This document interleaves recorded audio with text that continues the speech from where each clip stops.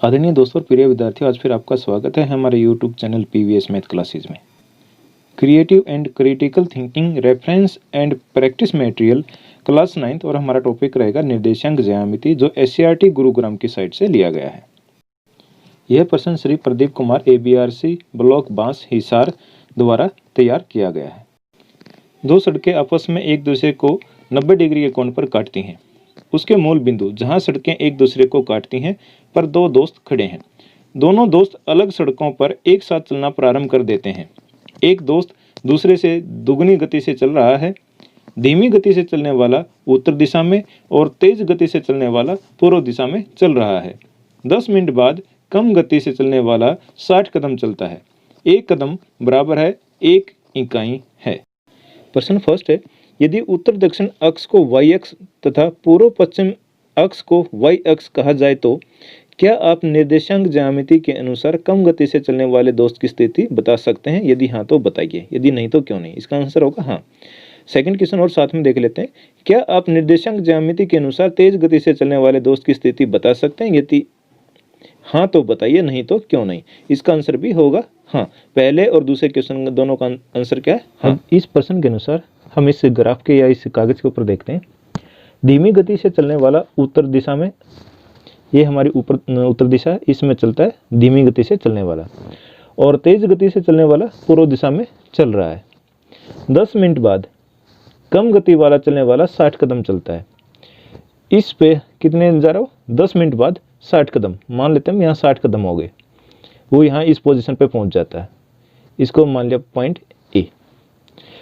ये धीमी गति से चलने वाला है, जिसकी गति धीमी है।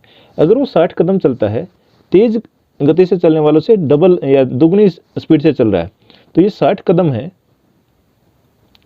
तो इस तरफ कितने होंगे? 120 कदम, तो वो यहाँ पहुंच जाएगा, इससे लगभग इससे डबल। तो पहला प्रश्न क्या है, क्या हमें पहले वाले या धीमी गति से चलने वाले दोस्त की स्थिति बता सकते हैं? हाँ, उत्तर दिशा में 60 कदम या 60 इकाई। और दूसरा प्रश्न क्या है? हाँ, पूर्व दिशा में 120 कदम या 120 इकाई।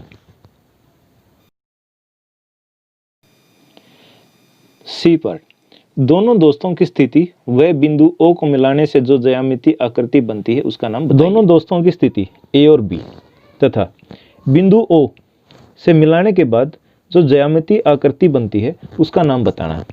O को A से मिलाना, O को B से, और A और B को मिलाना है। मिलाने के बाद कौन सी आकृति बनती है?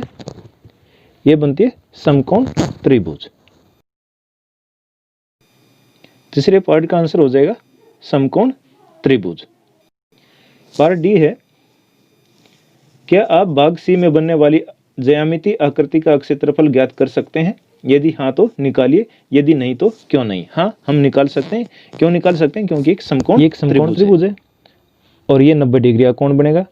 और OB अगर ये हम लें तो 120 कदम या 120 इकाई, और O और A 60 कदम या 60 इकाई। अब इसका क्षेत्रफल निकालेंगे। समकोण त्रिभुज का क्षेत्रफल होता है 1/2 गुणा आधार गुणा लंब। 1/2 गुणा आधार 120 इकाई और लंब 60। काट दो, 60 और 60 की गुणा करें 3600 वर्ग इकाई। इस समकोण त्रिभुज का क्षेत्रफल आ गया।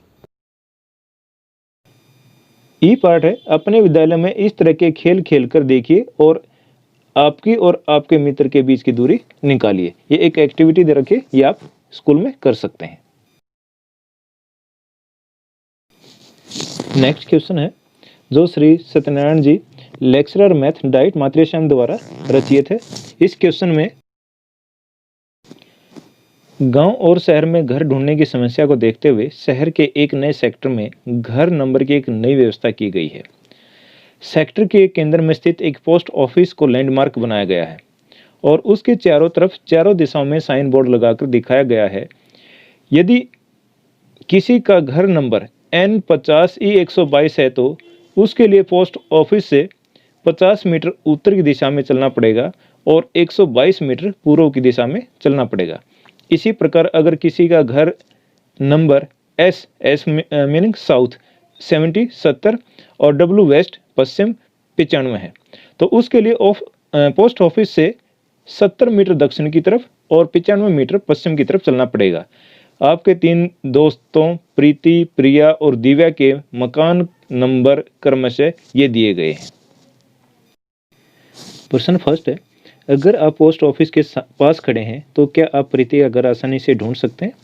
प्रीति का मकान नंबर दिया गया है, तो आंसर होगा हाँ, हम उसको आसानी से ढूंढ सकते हैं। हाँ।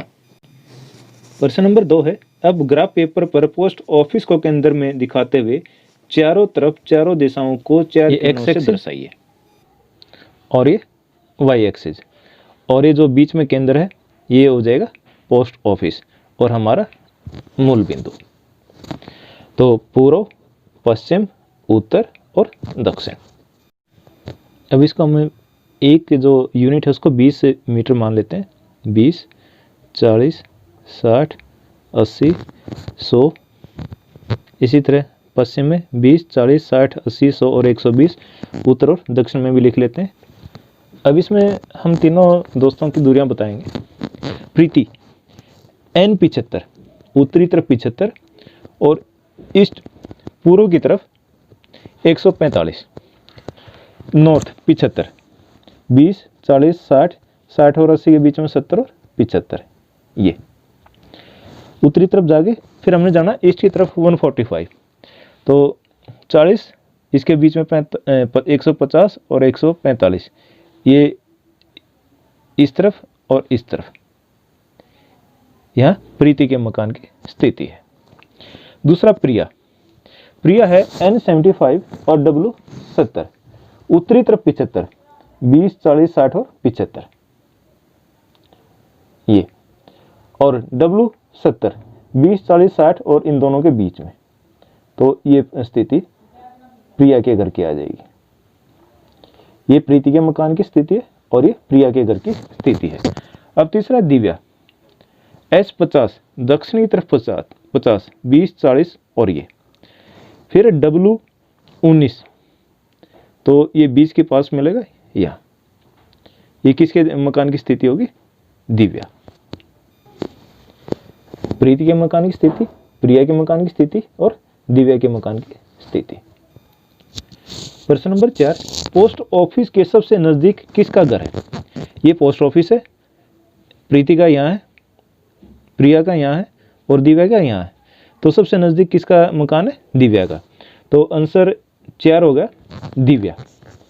5वां प्रश्न है, पोस्ट ऑफिस से सबसे दूर किसका घर है?